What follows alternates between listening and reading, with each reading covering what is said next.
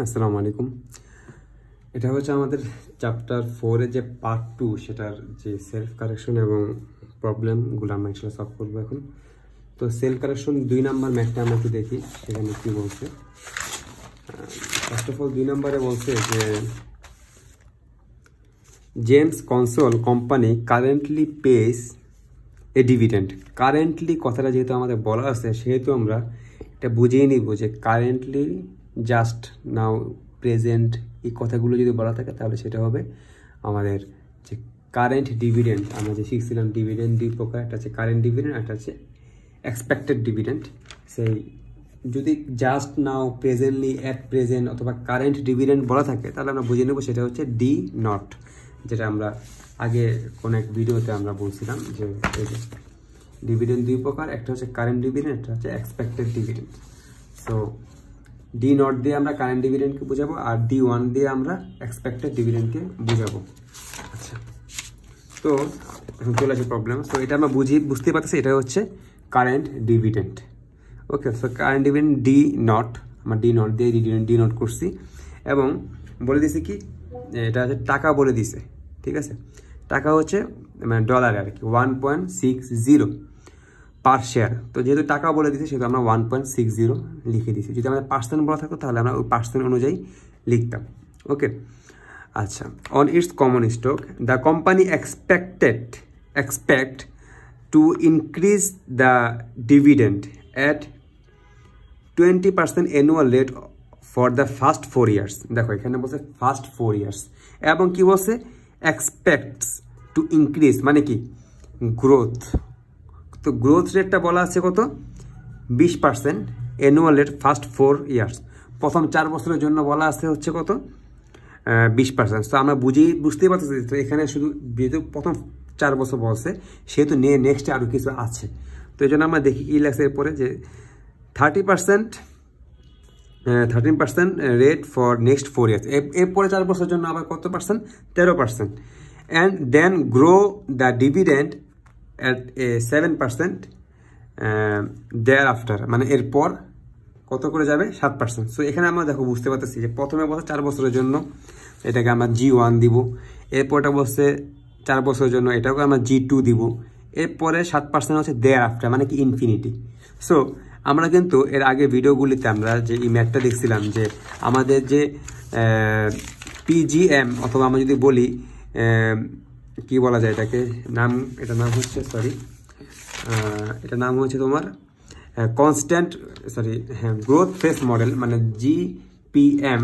হ্যাঁ, GPM যদি হয় তাহলে আমাদের যে সূত্রটা সেটা আমাদের ইউজ করতে হবে এবং সেটার মধ্যে গ্রোথ রেট কয়েকটা বলা থাকবে। সো এখানে আমরা দেখতে পাচ্ছি এটা 3টা গ্রোথ রেট বলা আছে এবং ডি নট বলা আছে, তাহলে আমরা বুঝতে পারছি এটা হচ্ছে GPM। আর এরপর কি বলছে, এরপর বলছে হচ্ছে আমাদের this phased growth pattern is in keeping with the expected life cycle of earning. You require rate বলছে। require rate মানে কি, আমরা require rate মানে শিখছিলাম KE। তো require rate বলা আছে কত 16%। হ্যাঁ, তো 16% require rate। ওকে, সো আমাদের বের করতে হবে V। হ্যাঁ, what value should you place on a share of this stock, তো আমাদের V বের করতে হবে।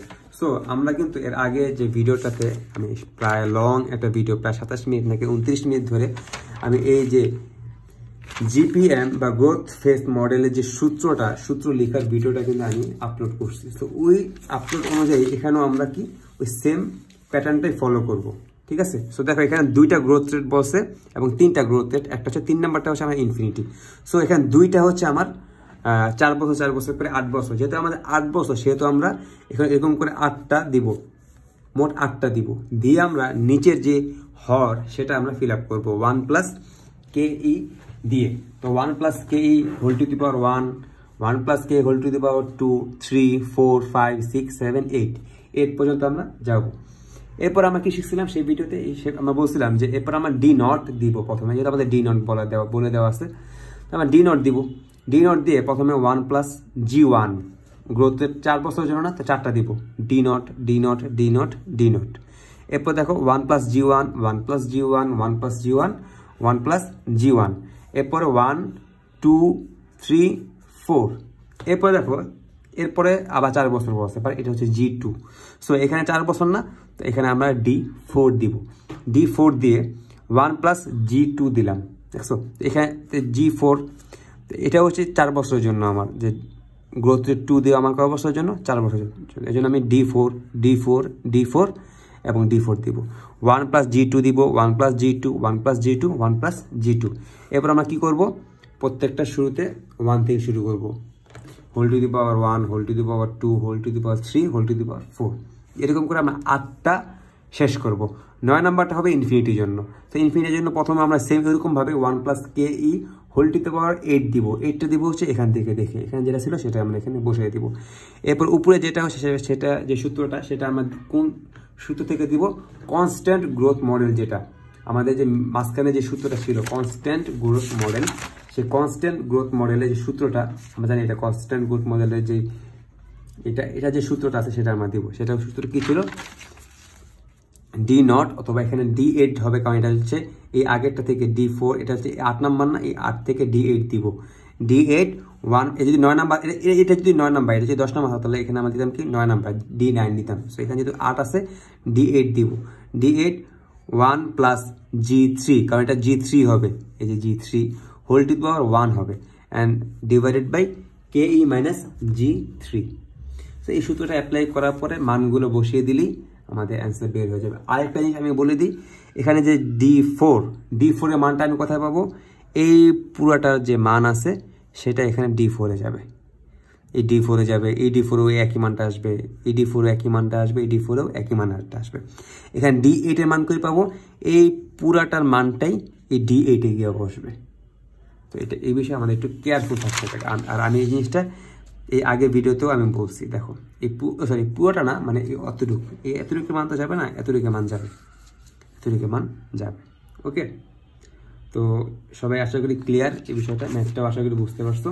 সো আমার সেলফ কারেকশন 2 নাম্বারটা দেখুন, এখন আমরা 6 নাম্বারটা দেখবো। 6 নাম্বারটা কি বলছে, 6 নাম্বার না 5 নাম্বার, জাস্ট টুডে। দেখো জাস্ট টুডে বলে দিছে, তাহলে কি তাহলে তো আমি বুঝতে পারছি D0। Just today Acme rocket, যেটা বলছে common stock paid $1 annual dividend per share, মানে $1 দিচ্ছে, তাহলে কি D0 সমান কি 1। এরপর কি বলছে, and had a closing price. Closing price যদি লেখা থাকে সেটা আমরা বুঝবো কি মার্কেট প্রাইস।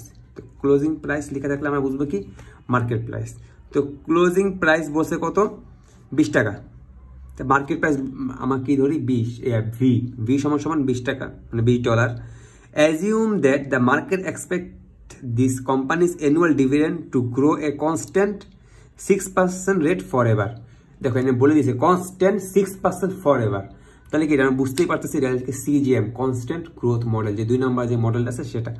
তো এই গ্রোথ রেটও আমাদের বলে দিচ্ছে 6%, আমাদের বের করতে হবে KE, required rate of required rate of return, সেটা আমাদের বের করতে হবে KE। সো আমরা এই সূত্রটা জানি, এই সূত্রটা থেকে আমরা KE ইজি বের করতে পারবো। সো এটার জন্য আমি হয়তো গ্রুপে এটা দিয়ে দেবো ইনশাল্লাহ, একটা আমার কাছে নোট করা আছে, সেটা নোটটা করা আছে, এখানে আমি সূত্রগুলো আলাদা আলাদা করে লিখছি। তো এই নোটটা ইনশাল্লাহ আমি গ্রুপে দিয়ে দিব সবাইকে। এই দেখো এখানে আমরা KE সমান, এই দেখো KE সমান এই সূত্রটা আমরা জানি। এটা আমি এর আগে আমি দেখো V সমান এটা লিখছি, এটা হচ্ছে মেইন সূত্র। এই মেইন সূত্র থেকে ভাঙতে KEটা আমি এইভাবে নিয়ে আসছি। সো এই KEটা আমাদের এই জিনিসটা মুখস্থ করলে, এই জিনিসটা আমরা এগুলি দেখলে আমরা শিখতে পারবো, শিখে আমরা এখানে এই KEটাই এখানে ইউজ করবো। ওকে, তো এটাও বুঝতে পারছি আশা করি। এখন আমরা প্রবলেমে যাব। আমরা প্রবলেম দেখবো হচ্ছে কয়েকটা প্রবলেম, একটু বেশি প্রবলেম দেখবো হচ্ছে 3, 5, 6, 7, 10 এবং 14 নম্বর প্রবলেম। আমাদের জাস্ট এই ম্যাথগুলির মধ্যে আমরা যদি ডিনোশনটা মানে ধরতে পারি যে কি চাইছে, কি বলতেছে, হ্যাঁ, তাহলে আমরা একদম ইজিভাবে আমাদের ম্যাথগুলো সলভ করতে পারবো, কোনো সমস্যাই হবে না। আমাদের জাস্ট ধরতে হবে আমাদের কি চাইছে এবং আমাদের সূত্রগুলি বসাতে হবে সুন্দর করে, ঠিক আছে। তো আচ্ছা, আমরা তাহলে 3 নাম্বারটা দেখি। 3 নাম্বারটা কি বলছে, Superior Cement Company has an 8% preferred stock issue outstanding. Okay, 8% prefer stock, তো প্রেফার স্টক বলে দিছে। আমরা জানি যে প্রেফার স্টক সম্পর্কে আমাদের একটা আইডিয়া কিন্তু আছে। তো আমরা জানি প্রেফার স্টকের সূত্র হচ্ছে দুইটা, একটাই মূলত ভি সমান DP divide by KP, DP divide by KP. So এটা যদি আমরা যদি কেপি বের করতে বলে তাহলে আমরা উল্টাপাল্টা করে কেপি বের করতে পারবো, ডিপি বের করতে বললে আমরা উল্টাপাল্টা করে ডিপি বের করতে পারবো। সো এখানে আমাদের কি বলছে সেটা আমরা একটু দেখি। সিমেন্ট 8% প্রেফার স্টক বলছে আউটস্ট্যান্ডিং, ওকে 8% বলছে, 8% মানে কি 8% হচ্ছে এটা হচ্ছে আমাদের ডিপি, ডিপি বলে দিছে কত 8% মানে ডিভিডেন্ড, ওকে। আচ্ছা এরপর বলছে কি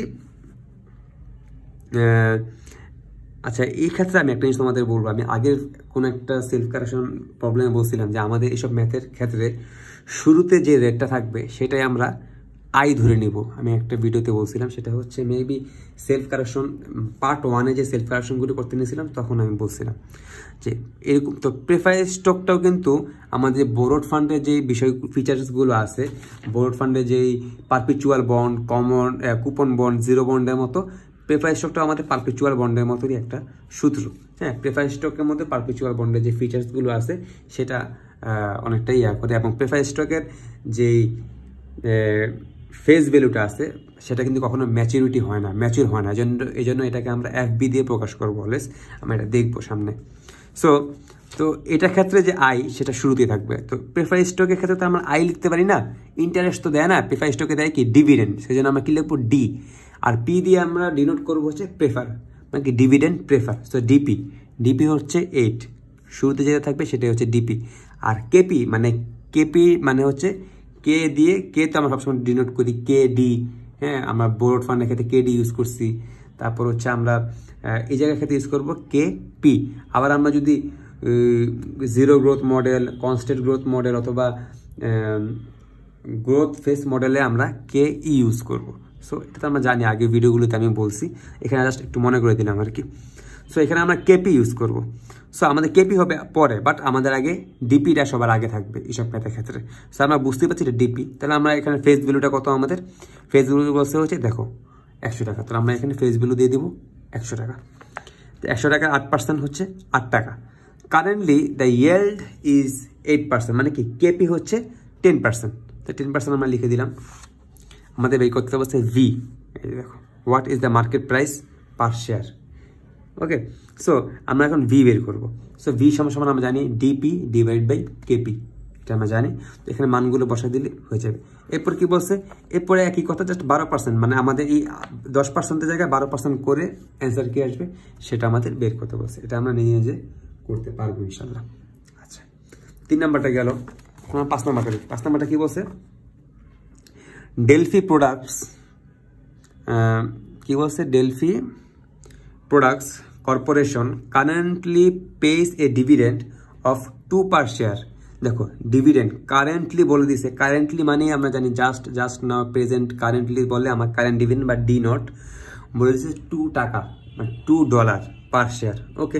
সো আমরা জানি $2 আমরা জানি। সো এখানে ডি নট দিয়ে আমরা 2 লিখে দিব। আচ্ছা এরপর বলছে this dividend this dividend is expected to grow at a 15% annual rate for 3 years। দেখো for 3 years, তাহলে কি নিশ্চয়ই সামনে আর কিছু থাকতে পারে। তো আমাদের G1 বলে দিয়েছে 15%, G1 15%। এরপর বলছে কি 10% রেট ফর নেক্সট 3 ইয়ার্স, তাহলে এরপরে আবার 3 বছরের জন্য আবার কয় পার্সেন্ট, 10%। তাহলে এটাকে আমরা দিব G1, এটাকে দিব আমরা G2, হ্যাঁ। এরপর বলছে কি after which is expect growth rate at 5% rate for ever. তাহলে কি যে ইনফিনিটি সেটা হচ্ছে কয় পার্সেন্ট, 5%, মানে কি G3 হবে আমাদের 5%। এরপর কি বলছে what value would you place on the stock if an 18% rate of return was require, মানে কি আমাদের যদি KE 18% হয় তাহলে আমাদের ভি কত হবে, ওকে। সেই দেখো এই যে আমি ম্যাথটা করছি এখানে ইজি, ডি নট দিয়ে দিলাম, ডি নট 2 টাকা বলা, $2 বলা আছে, G1 বলা আছে 3 বছরের জন্য, G2 বলা আছে 3 বছরের জন্য, এবং G3 বলা আছে ইনফিনিটির জন্য, এবং KEও আমাদের বলে দিচ্ছে আমাদের বের করতে হবে কি ভি, ওকে। তো এখানে আমরা ভি দিয়ে আমরা দেখো 1 এখানে 3 এখানে 3 মোট 6 1 2 3 4 5 6 এই 6 বছরের জন্য আমরা তৈরি করব আর 7 নাম্বারটা দেব আমরা ইনফিনিটির জন্য। তো এখানে আমি বুঝালাম না, ভিডিও লং হয়ে যাবে, বড় হয়ে যাবে, যেহেতু এটা আমি এর আগে একটা আলাদা ভিডিও করছি এবং এই ভিডিও শুরুতে আমি বুঝেছি, তো এখানে আমি এটা বুঝাবো না। সো সবাই একটু বুঝে একটু ভিটে মানগুলো বসাই দিলেই মান চলে আসবে। আচ্ছা, এখন আমরা 6 নম্বরে যাই। 6 নম্বর কি বলছে, north great timber company will pay A dividend of 1.050 A share next year. দেখো নেক্সট ইয়ার বলছে, তো নেক্সট ইয়ার মানে যেটা হচ্ছে নেক্সট ইয়ার বা এই কথাগুলি থাকবে সেটা হবে এক্সপেক্টেড ডিভিডেন্ড, মানে কি D1। সো D1 বলে দিছে কত, 1.5% কিন্তু বলা নেই, $1.5 বলছে। তো আমার D1 1.50 লিখে দিব। আচ্ছা, এরপর কি বলছে, after this earning and dividends are expected to grow at a 9% annual rate indefinitely। আচ্ছা, এ বলছে যে এক্সপেক্টেড টু গ্রোথ, মানে গ্রোথ রেট বলছে কি 9% অ্যানুয়াল রেট, মানে কি জি বলছে কি 9%, তাহলে আমরা জি দিব 9%। এরপর বলছে কি investor currently require a rate of return, মানে তার কেই লাগবে কত, 13%। সো কেই আমরা 13% দিয়ে দিলাম। আমাদের বের করতে বলছে V, the company is considering several business strategies and wishes to determine the effect of these strategies on market price। এই দেখো মার্কেট প্রাইস বলছে, মানে কি V per share of its stock. হ্যাঁ, তো আমরা বুঝতে পারতেছি এখানে কি বলছে, বের করতে বলছে আমাদের ভি এর মানটা বের করতে বলছে। আচ্ছা, এতে কি বলছে, দেখো এখানে এ সময় একটু কনফিউশন লাগবে। এতে জাস্ট এই কথাটাই বলছে যে continuing the present strategy will result in the expected growth rate and require rate of return state above, মানে কি উপরে যে কথাগুলি বলছে, উপরে যে রিকোয়ার্ড রেট গ্রোথ রেট বলছে সেটা দিয়ে আমাদের প্রেজেন্ট স্ট্র্যাটেজিটা বের করতে বলছে, মানে কি মার্কেট প্রাইসটা, এই মার্কেট প্রাইসটা আমাদের বের করতে বলছে মূলত। এটা মেন না, এখানে এতটুকু মেন, এখানে বলে দিয়েছে যে আমাদের যে কোম্পানির মার্কেট প্রাইসটা পার শেয়ার কত আসবে। ওকে, তো আমাদের ভি বের করতে বলছে। আমরা জানি সূত্র ভি সমান D1 divide by KE minus G. So আমরা সিজিএম এর যেই সিজিএম কনস্ট্যান্ট গ্রোথ মডেলে যেই সূত্র, দুইটা সূত্রের মধ্যে একটা হচ্ছে D1 থাকলে একটা সূত্র ইউজ করবো, একটা D0 থাকলে একটা সূত্র ইউজ করবো। সেখানে যদি D1 বলে দিছে আমরা D1 এর সূত্রটা ইউজ করলাম। এরপর 7 নম্বর ম্যাথটায় আসি আমরা। 7 নম্বর বলতে a share of preferred stock for the Buford আচ্ছা যাই হোক যেটাই বলছেন নাম, Buford Pusher baseball bat company just sold for 100 and carries an 8 annual dividend। A share of preferred stock, preferred stock এর কথা বলছি। দেখো আমাদের জানি preferred stock সমান preferred stock এর মান কিন্তু একটা সূত্র একটাই, V সমান DP divide by KP। So এখানে তাহলে DP কোনটা আর KP কোনটা সেটা আমাদের দেখতে হবে এবং V আমাদের দেখতে হবে। আচ্ছা দেখি আমরা কি বলছে, a share of KP, a share of preferred stock for baseball company just sold for 10 মানে 100, তাহলে কি ফেস ভ্যালু কত বলা আছে, ফেস ভ্যালু আমাদের বা ভি বা ফেস ভ্যালু আমাদের বলা আছে হচ্ছে 10%। ওকে, তো 10% দিয়ে ফেস ভ্যালু বলে 10% বলে 100 টাকা ফেস ভ্যালু বলে দেওয়া আছে। And carries an 8 annual dividend, আমাদের $8 বলছে, তাহলে কি ডিভিডেন্ড মানে যে ডিপি সেটা আমাদের ডলারে বলা আছে, সেটা ডলারে কত 8 টাকা। Okay, what is the yield on this stock, মানে কি কেপি আমাদের বের করতে বলছে। সো আমরা জানি ভি সমান ডিপি ডিভাইড বাই কেপি যদি হয় তাহলে কেপিটাকে এই পাশে নিয়ে গেলে ভিটা নিচে চলে আসবে। সো কেপি সমান এটা, দেন আমরা মানটা বসাবো, এরপর আমার ক্যালকুলেটার চাপ দিলে আমাদের মান চলে আসবে, মানে কেপি কয় পার্সেন্ট, মেবি এটা অ্যান্সার আসবে 8%। ওকে, আচ্ছা গেল 7 নম্বর। এবার আমার 10 নম্বরে আসি। 10 নম্বর কি বলছে, জাস্ট টুডে। তো জাস্ট টুডে কথা যেহেতু বলা আছে সেহেতু এটা আমরা বুঝতেই পারবো এটা হচ্ছে আমাদের কি ডিভিডেন্ড, কারেন্ট ডিভিডেন্ড বা ডি নট। আচ্ছা বুঝতে পারলাম। তো faulty foods common stock paid 1.40 কি এটা ডলারে বলে দিছে। সো আমরা বুঝতে পারতেছি যে আমাদের অ্যানুয়াল ডিভিডেন্ড বা ডি নট হচ্ছে 1.40 per share and had a closing price লেখা থাকলে আমরা বুঝবো সেটা কি market price.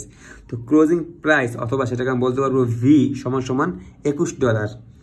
Assume that the marketers require rate বা require return or capitalization rate for this investment is 12%। আমাদের 12% বলেও দিছে, 12% আমাদের কে ই সেটা 12% বলে দিছে। As the dividends are expected to grow at a constant forever. তাহলে কি এটা সিজিএম মানে কনস্ট্যান্ট গ্রোথ মডেল, আমরা এটা বুঝতে পারতেছি। আমাদের বের করতে বলছে যে গ্রোথ রেটটা কত, মানে আমাদের এখানে জি বের করতে বলছে। আমাদের কিন্তু কোনো ম্যাথে এই পর্যন্ত জি বের করতে বলে নাই, এটাই ফার্স্ট আমাদের জি বের করতে বলছে। সো আমরা জি বের করবো কীভাবে? তো দেখো এখানে আমাদের ডি নট বলে দিছে, ভি বলে দিছে, কে ইউ বলে দিছে, আমাদের জি বলে নেই, মানে গ্রোথ রেটটা বলে নাই। সো আমরা জানি ভি সমান এই সূত্রটা আমরা জানি কনস্ট্যান্ট গ্রোথ রেটের। এখান থেকে আমি এটা আড়াআড়ি গুণ করে একসাথে সব গুণ টুন করে আমরা এখানে জি নিয়ে আসছি। এটা সব আশা করি বুঝছো। জি নিয়ে আসার পর জি লিখে প্রত্যেকটা মান বসা দিলেই আমার অ্যান্সার চলে আসবে।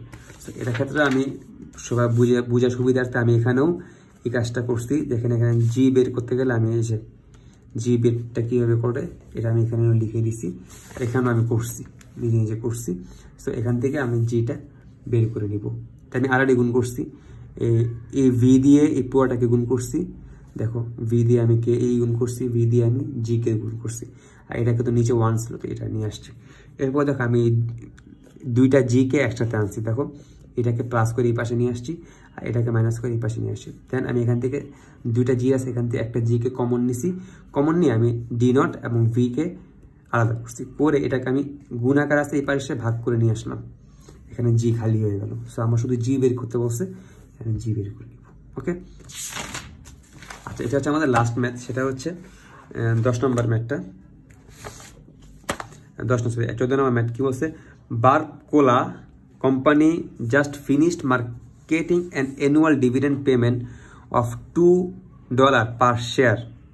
দেখো জাস্ট ফিনিশড, তো জাস্ট ফিনিশড মানে কি? জাস্ট কথাটা যেহেতু বলা আছে ডিভিডেন্ডে, সেটা আমরা বুঝিয়ে নেব যে সে ডি নট। ওকে, $2 2 টাকা। ওকে, তো 2 লিখে দিব আমরা। আচ্ছা কমন স্টক, আচ্ছা it's common stock dividend has been growing at annual rate 10%। তাহলে আমাদের জি বলছে, জি হচ্ছে আমাদের 10%। কেলি স্কট রিকোয়ার্ড, আচ্ছা আমাদের কে ই বলে দিছে হচ্ছে কয় percent? 60%। Requires a 60% annual return on this stock. আচ্ছা what intrinsic value should Kelly place on 1 share? আচ্ছা আমাদের বের করতে বলছে ভি। সো আমরা জানি সূত্র, আমরা এখানে আমরা ডি নট পেয়ে গেছি, জি পেয়েছি, কে ইউ পাইছি, আমাদের বের করতে বলছে ভি। সো আমরা জানি ভি সমান এটা। সো আমরা মান বসা দিলে আমাদের মান অ্যান্সার চলে আসবে। আচ্ছা আমরা দেখো এখানে সব ম্যাথই করলাম, বাট আমরা একটা ম্যাথ এই পর্যন্ত কিন্তু আমরা এখনো পাইনি। তো স্যার আমাদেরকে ওয়ার্নিং দিয়ে দিচ্ছে যে এই ম্যাথটা, এটা ম্যাথ যেহেতু আমরা পাইনি, তো আমরা এটাকে মানে সিলেবাসের বাইরে ধরলে হবে না। আমরা দেখো জিরো গ্রোথ মডেলের কিন্তু কোনো ম্যাথই কিন্তু পাইনি এই সেলফ কারেকশন অথবা প্রবলেমের মধ্যে। বাট আমরা জিরো গ্রোথ মডেলের প্রবলেম আমরা যখন এখানে স্লাইড থেকে শিখতেছিলাম, তখন আমরা জিরো গ্রোথ মডেলের একটা প্রবলেম এখানে দেওয়া আছিল। ওকে, ফর এক্সাম্পল জিরো গ্রোথ মডেলের একটা প্রবলেম এখানে দেওয়া আছে, এই যে জিরো গ্রোথ মডেলের একটা প্রবলেম দেওয়া আছে। সো এটা আমাদের প্র্যাকটিস করবো, শুধু এটা প্র্যাকটিস করবো না, এরকম টাইপের জিরো গ্রোথ মডেলেরও কোশ্চেন আসতে পারে। জিরো গ্রোথ মডেল বোঝার ক্ষেত্রে আমি আরেকবার একটু সবাইকে মনে করে দিই, জিরো গ্রোথ মডেলের যে কখন হবে সেটা বুঝতে গেলে আমাদের ওই কোশ্চেনের মধ্যে কোনো গ্রোথ রেট বলে দেওয়া হবে না, এবং গ্রোথ রেট চাওয়াও হবে না। হ্যাঁ, যেখানে তাহলে কোনো গ্রোথ রেট যদি না থাকে, জি এর মান যদি নাই থাকে, সো এটা আমরা বুঝে নেব জিরো গ্রোথ মডেল। আর জিরো গ্রোথ মডেলের সূত্র হচ্ছে ভি সমান কে ই ডিভাইড বাই কে ই। হ্যাঁ, তো এটা কে ই যদি বের করতে বলে আমি বের করে ফেলবো, এটা ডিই যদি বের করতে বলে তারপর আমরা বের করতে পারবো। সেটা আমরা একটু মাথায় রাখবো। এই হচ্ছে এই চ্যাপ্টার 4 এর লাস্ট ভিডিও। সবাইকে ধন্যবাদ যারা দেখছো, আশা করি উপকৃত হবা। কেউ যদি না বুঝো, অনেকের ক্ষেত্রে অনেকের আমার আগের ভিডিওটা সেটা তো অনেকে বুঝবা না, বুঝো নাই, আমি এতটুকু শুনছি, তোমরা আরেকবার দেখলে অত বুঝবা কীভাবে আমি যে গ্রোথ ফেস মডেলের যে সূত্রটা কীভাবে অ্যাপ্লাই করতে হয় সেটা আমি বলছি, এবং এই ভিডিও শুরুতেও আমি আরেকবার রিমাইন্ডার করে দিছি। সবাইকে ধন্যবাদ। আসসালামু আলাইকুম ওয়া রাহমাতুল্লাহ।